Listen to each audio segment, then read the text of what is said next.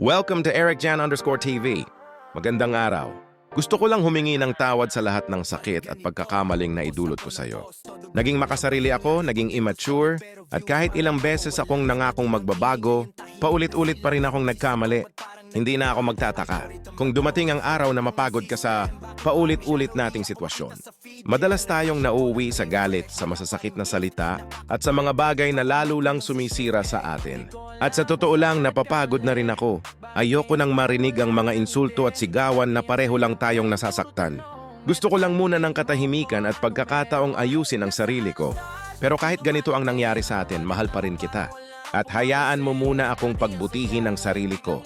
Balang araw, babawi ako sa iyo at ipapakita kung kaya kong maging mas mabuting tao para sa atin.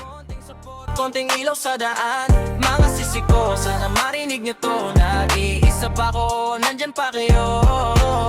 Hindi ako titigil kahit walang reward, kahit walang stars, tuloy pa rin ang record. Real talk lang, minsan nakakapagod, pero laban lang kahit medyo sabog, yeah. Hindi lang pera, gusto ko connection. Yung ramdam ko kayo sa bawat reaction, kaya kung nandyan ka, kahit simpleng view, malaking bagay na yan, solid na crew, yeah.